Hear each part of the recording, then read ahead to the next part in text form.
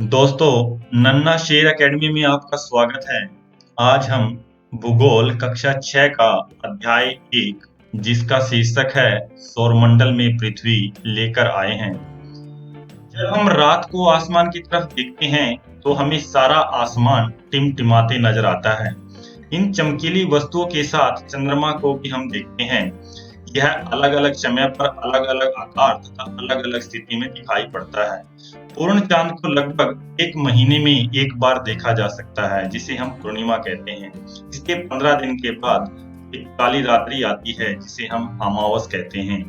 लेकिन अगर हम दिन के समय इसे देखते हैं, सूर्य के तेज प्रकाश की वजह से ये सारी चमकती चीजें हमें दिखाई नहीं देती। सूर्य, चंद्रमा तथा वे सभी वस्तुएं जो रात के समय आसमान में चमकते हैं, इन सबको खगोलीय पिंड कहते हैं। खगोलीय पिंड बड़े आकार वाले तथा गर्म होते हैं या गैसों से बने होते हैं।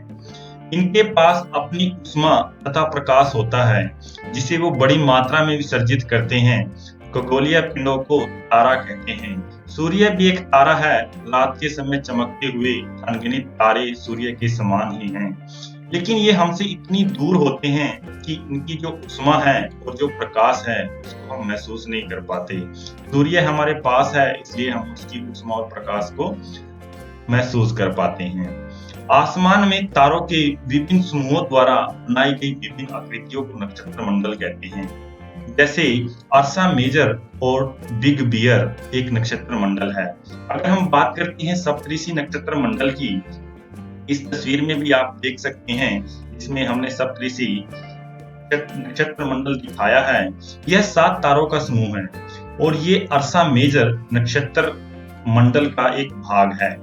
प्राचीन काल में लोग रात के समय दिशा का निर्धारण जो करते थे, वो इन तारों से ही करते थे। उत्तरी तारा उत्तर दिशा को बताता था, जिसे ध्रुव तारा भी कहते हैं। अगर हम आसमान में एक काल्पनिक रेखा बनाते हैं तो वह ध्रुव तारे की ओर जाकर मिलती है, जैसा कि हमने इस चित्र में भी दिखाया है। कुछ खगोलीय पिंडों में अपना प्रकाश व अपना ऊष्मा नहीं होती है। ऐसे तारों को हम ग्रह कहते हैं, जिन्हें इंग्लिश में प्लेनेट भी बोलते हैं। यह ग्रीक भाषा के प्लेनेटाई शब्द से निकला है, जिसका अर्थ होता है परिभ्रमक, अर्थात चारों ओर घूमने वाला। हमारी पृथ्वी भी एक ग्रह है। यह अपना प्रकाश और ऊष्मा सूर्य से प्राप्त करती है, क्योंकि पृथ्वी के सबसे नजदीक तारा सूर्य ही है, इसलिए हम उससे उसकी ऊष्मा और प्रकाश ले पाते हैं। आसमान में दिखने वाला चंद्रमा एक उपग्रह है जो पृथ्वी के चारों ओर चक्कर लगाता है। हमारी पृथ्वी के समान 7 अन्य ग्रह भी हैं जो सूर्य से प्रकाश और ऊष्मा लेते हैं, और कुछ के अपने चंद्रमा भी हैं। अगर हम सूर्य, 8 ग्रह, उपग्रह तथा कुछ अन्य खगोलीय पिंड जैसे क्षुद्र ग्रह, उल्का पिंड सबको मिला दें तो ये एक सौरमंडल का निर्माण करते हैं।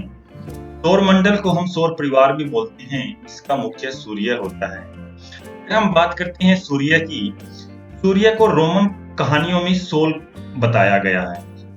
सौर शब्द का अर्थ होता है सूर्य से संबंधित, इसलिए सूर्य के परिवार को सौरमंडल कहा जाता है। सूर्य सौरमंडल के केंद्र में स्थित है, जैसा कि आप इस तस्वीर में भी देख सकते हैं। ये हमने एक साइड की तस्वीर ली है, जिसमें हमने दिखाने की कोशिश की है कि सभी एक साथ दिख जाएं, और सूर्य इसके केंद्र में स्थित है और यह सौरमंडल के लिए एकमात्र प्रकाश व ऊष्मा का स्रोत है। सूर्य से पृथ्वी की दूरी लगभग 15 करोड़ किलोमीटर है। इस चित्र में जितने भी आप फिगर देख रहे हैं, ये मिलियन किलोमीटर में सूर्य से दूरी बता रहे हैं हर ग्रह की। अगर हम ग्रह की बात करते हैं, हमारे पास 8 ग्रह हैं, जिनके नाम हैं बुध, शुक्र, पृथ्वी, मंगल, बृहस्पति, शनि, यूरेनस तथा नेपच्यून। अगर इनको एक याद करने की एक तरीका भी है, जिससे जल्दी याद ये हो जाए, उसको बोलते हैं इंग्लिश में my very efficient mother just serve us nut. इसका मतलब हुआ माई मीन्स मरकरी, मरकरी बुध को बोलते हैं। वेरी मीन्स वीनस, वीनस शुक्र को बोलते हैं। एफिशिएंट मीन्स अर्थ, अर्थ का मतलब होता है पृथ्वी। मदर मार्स के लिए यूज किया गया है, जिसको मंगल बोलते हैं। जस्ट जुपिटर के लिए यूज हुआ है, जो बृहस्पति है। सर्व जो है वो सैटर्न के लिए यूज हुआ है, जिसे शनि बोलते हैं। अस यूरेनस के लिए और नट्स नेपच्यून के लिए यूज हुआ है। सौरमंडल के सभी 8 ग्रह एक निश्चित दीर्घवृत्ताकार पथ पर सूर्य का चक्कर लगाते हैं। यह पथ कक्षा कहलाता है। जैसा कि चित्र में दिखाया गया है, सभी ग्रहों के अपने अपने दीर्घवृत्ताकार अलग अलग जगह पर हैं। बुध सूर्य के सबसे नजदीक है। अपनी कक्षा में सूर्य के चारों ओर एक चक्कर 88 दिन में लगाता है। जो शुक्र है वो पृथ्वी का जुड़वा ग्रह बोला जाता है, क्योंकि आकृति और प्रकार से वह पृथ्वी के समान दिखता है। प्लूटो और सीरस को अगस्त 2006 की खगोलीय संगठन की बैठक में बौने ग्रह माना गया है, क्योंकि यह ग्रहों की पूरी कंडीशन फाइन नहीं करते हैं।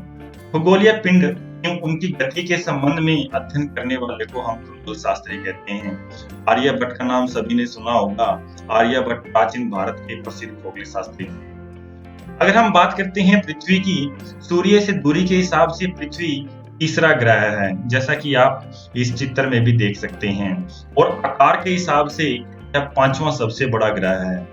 यह ध्रुव के पास थोड़ा चपटी है। यही कारण है कि इसके आकार को भू-आब कहा जाता है। भू-आब का अर्थ होता है पृथ्वी के समान आकार। जीवन की अनुकूल परिस्थितियां केवल पृथ्वी पर पाई जाती हैं। ना तो यहाँ अधिक गर्मी है, ना अधिक ठंड है। यहाँ की वायु में पानी उपस्थित है। वायु में जीवन के लिए आवश्यक गैसें भी मौजूद हैं, जैसे ऑक्सीजन, जिस कारण पृथ्वी को सौरमंडल का अद्भुत ग्रह भी बोला गया है।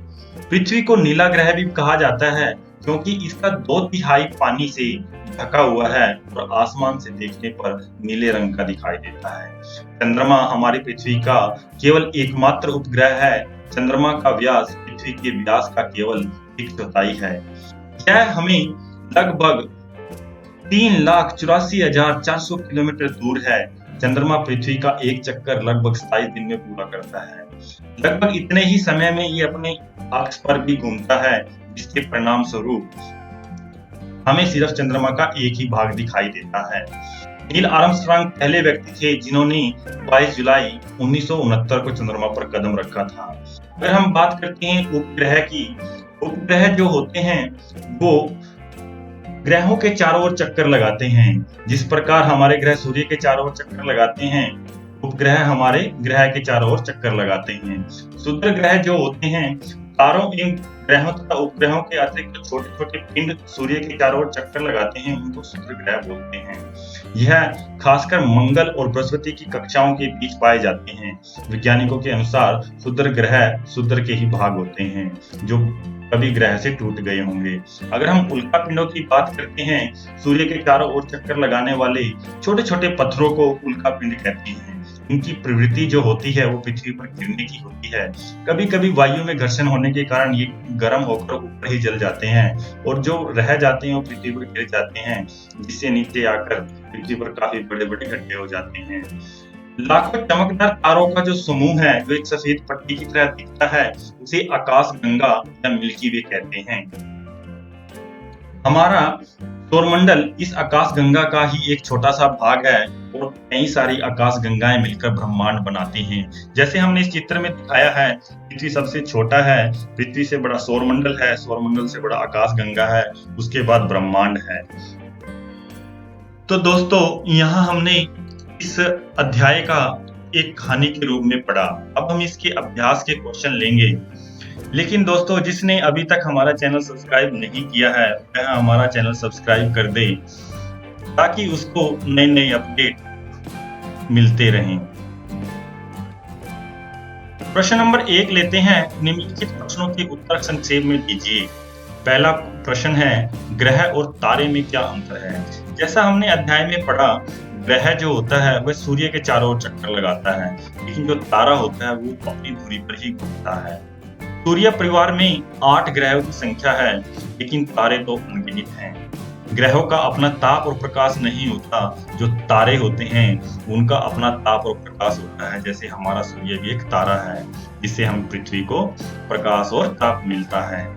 ग्रह जो हैं वो टिमटिमाते नहीं हैं, लेकिन तारे का अपना प्रकाश होने की वजह से वो टिमटिमाते रहते हैं। सभी ग्रह गैसों से नहीं बने हैं। जो तारे हैं वो गैसों से बने हैं। अगला प्रश्न लेते हैं, सौरमंडल से आप क्या समझते हैं? इसका उत्तर है सूर्य, 8 ग्रह, उपग्रह तथा कुछ अन्य खगोलीय पिंड जैसे क्षुद्र ग्रह, उल्का पिंड मिलकर सौरमंडल का निर्माण करते हैं। इससे हमें सौर परिवार का नाम भी देते हैं, जिसका मुख्य जो होता है वो सूर्य है। सूर्य सौरमंडल के केंद्र में स्थित होता है। इसका खिंचाव इसको सौरमंडल से बांधे रखता है और यह सौरमंडल के लिए एकमात्र प्रकाश और ऊष्मा का स्रोत है। अगला प्रश्न अगर हम लेते हैं, सूर्य से उनकी दूरी के अनुसार सभी ग्रहों के नाम लिखें। हमारे सौरमंडल में 8 ग्रह हैं। सूर्य से दूरी के अनुसार अगर हम लेते हैं, सबसे पहले बुध आता है, शुक्र, पृथ्वी तीसरे नंबर पर आता है, जैसे हमने पाठ में भी पढ़ा।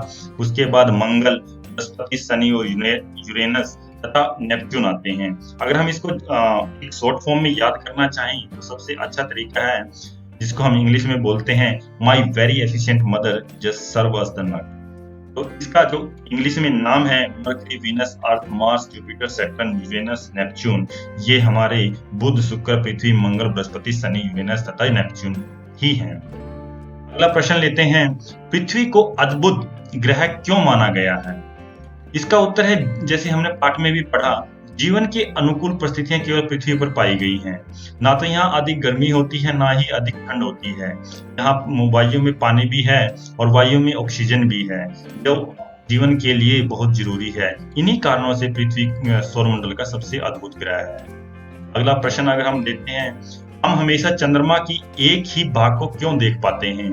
जैसा हमने पाठ में पढ़ा था, इसका उत्तर है, चंद्रमा पृथ्वी का एक चक्कर लगभग 27 दिन में पूरा करता है और इतने ही समय में ये अपने अक्ष पर भी घूमता है, जिसके परिणाम स्वरूप हमें सिर्फ चंद्रमा का एक ही भाग दिखाई देता है। तो प्रश्न लेते हैं, ब्रह्मांड क्या है?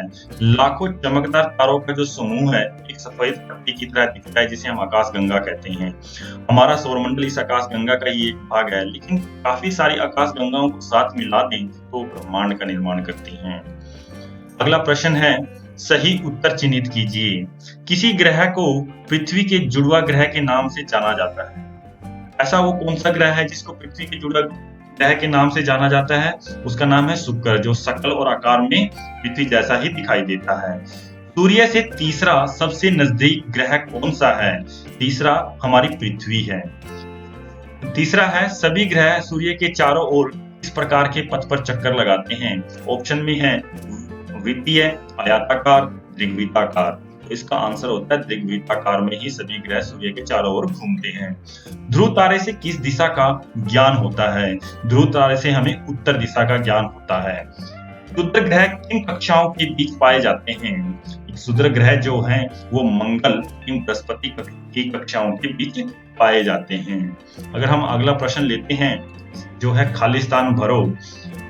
खालिस्तान का एक समूह जो विभिन्न प्रतिरूपों का निर्माण करता है, उसे खालिस्तान कहते हैं। तो ये हो गया, तारों का जो एक समूह है वो विभिन्न प्रतिरूपों का निर्माण करता है, उसे नक्षत्र मंडल कहते हैं। हमारा नक्षत्र मंडल जो है वो अर्सा मेजर, जिसे बिग बियर भी कहते हैं, वहां से निकला है। तारों की एक बहुत बड़ी प्रणाली को खालिस्तान कहा जाता है, उसको कहा जाता है आकाशगंगा। खालिस्तान पृथ्वी के सबसे करीब है। पृथ्वी के सबसे करीब क्या है? चंद्रमा। अगला प्रश्न है, खालिस्तान सूर्य से तीसरा सबसे नजदीक ग्रह है। कौन सा है तीसरा सबसे नजदीक ग्रह? पृथ्वी। अगला प्रश्न है, ग्रहों के पास अपनी खालिस्तान तथा खालिस्तान नहीं होती। ग्रहों के पास क्या नहीं होती? ना तो अपनी ऊष्मा होती, ना ही प्रकाश होता। तो इसका आंसर होगा ऊष्मा तथा प्रकाश। दोस्तों, हम अगले वीडियो में इस पार्ट के एमसीक्यू क्वेश्चन लेके आएंगे, जिससे आप न केवल कक्षा 6 के लिए बल्कि किसी भी गवर्नमेंट जॉब के लिए कोई भी क्वेश्चन पेपर क्लियर कर जाएंगे। तो दोस्तों, जिन्होंने हमारा चैनल सब्सक्राइब नहीं किया है वो सब्सक्राइब करना ना भूलें।